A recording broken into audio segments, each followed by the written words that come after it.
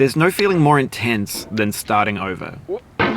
If you deleted your homework the day before it was due, as I have, or if you left your wallet at home and you have to go back after spending an hour in the commute. If you won some money at the casino and then put all your winnings on red but it came up black. If you got your best shirt dry cleaned before a wedding and then immediately dropped food on it. If you won an argument with a friend and then later discovered that they just returned to their original view. Starting over is harder than starting up. If you're not ready for that, like if you've already had a bad day, then what you're about to go through might be too much. Feel free to go away and come back. I'll be here. Alright, thanks for coming with me on this trip. I'll understand if you have to take a break at any point. Just find a safe place to stop and quit the game. And don't worry, I'll save your progress, always, even your mistakes. This game is a homage to a free game that came out in 2002, titled Sexy Hiking. The author of that game was Jazzuo, a mysterious Czech designer who was known at the time as the father of B games. And B games are rough assemblages of found objects. Designers slap them together very quickly and freely, and they're often too rough and unfriendly to gain much of a following. They're built more for the joy of building them than as polished products. In a certain way, Sexy Hiking is the perfect embodiment of a B game. It's built almost entirely out of found and recycled parts, and it's one of the most unusual and unfriendly games of its time. In it, your task is simply to drag yourself up a mountain with a hammer. And that act of climbing, in the digital world or in real life, has certain essential properties that give the game its flavor. No amount of forward progress is guaranteed. Some cliffs are too sheer or too slippery, and the player is constantly, unremittingly in danger of falling and losing everything. Anyway, when you start Sexy Hiking, you're standing next to this dead tree that blocks the way to the entire rest of the game. It might take you an hour to get over that tree, and a lot of people never got past it. You prod and you poke at it, exploring the limits of your reach and your strength, trying to find a way up and over. And there's a sense of truth in that lack of compromise. Most obstacles in video game worlds are fake. You can be completely confident in your ability to get through them once you have the correct method or the correct equipment or just by spending enough time.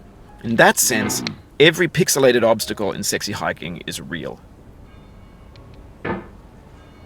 The obstacles in Sexy Hiking are unyielding, and that makes the game uniquely frustrating. But I'm not sure Jazzuo intended to make a frustrating game. The frustration is just essential to the act of climbing, and it's authentic to the process of building a game about climbing. A funny thing happened to me as I was building this mountain.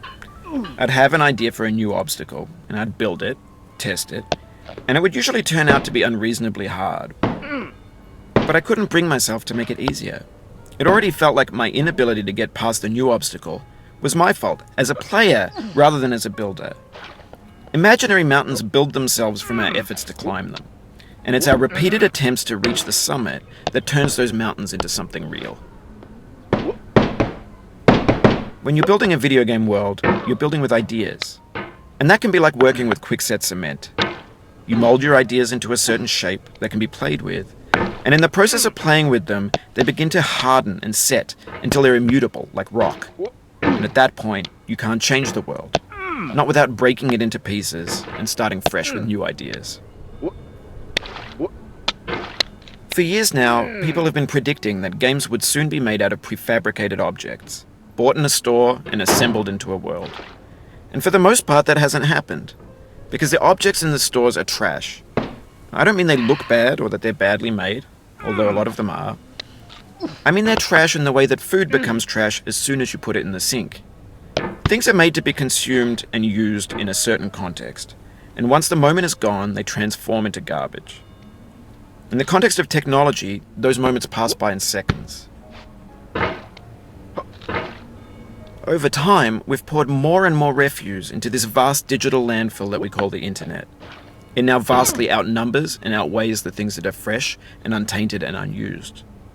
When everything around us is cultural trash, trash becomes the new medium, the lingua franca of the digital age. And you can build culture out of trash. But only trash culture. B games, B movies, B music, B philosophy. Maybe this is what digital culture is. A monstrous mountain of trash, the ash heap of creativity's fountain. A landfill with everything we ever thought of in it. Grand, infinite, and unsorted. There's 3D models of breakfast, Gen X's fanfic novels, Scan magazines, green screen Shia LaBeouf, banned snuff scenes on LiveLeak. Facebook's got lifelike bots with unbranded adverts and candid shots of Kanye and Taylor Swift mashups, car crash epic failed GIFs, Russian dashcam vids, discussions of McRibs, discarded, forgotten, unrecycled, muddled, rotten, untitled. Everything's fresh for about 6 seconds, until some newer thing beckons, and we hit refresh. And there's years of persevering, disappearing into the pile, out of style, out of sight. In this context, it's tempting to make friendly content that's gentle, that lets you churn through it but not earn it. Why make something demanding if it just gets piled up in the landfill, filed in with the bland things? When games were new, they wanted a lot from you. Daunting you, taunting you, resetting and delaying you. Players played stoically. Now everyone's turned off by that. They want to burn through it quickly, a quick fix for the fickle, some tricks for the clicks of the feckless. But that's not you, you're an acrobat. You could swallow a baseball bat. Now I know, most likely you're watching this on YouTube or Twitch, while some dude with 10 million views does it for you. Like a baby bird being fed chewed up food. That's culture too. But on the off chance that you're playing this, what I'm saying is, trash is disposable, but maybe it doesn't have to be approachable.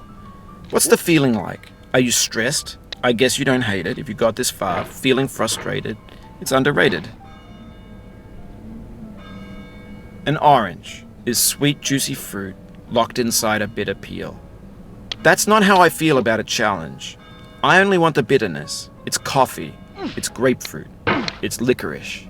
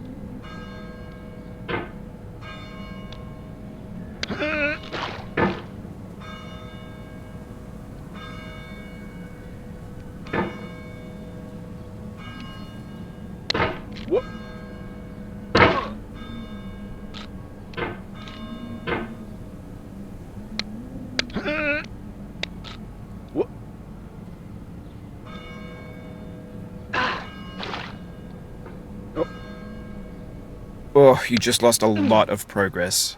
That's a deep frustration, a real punch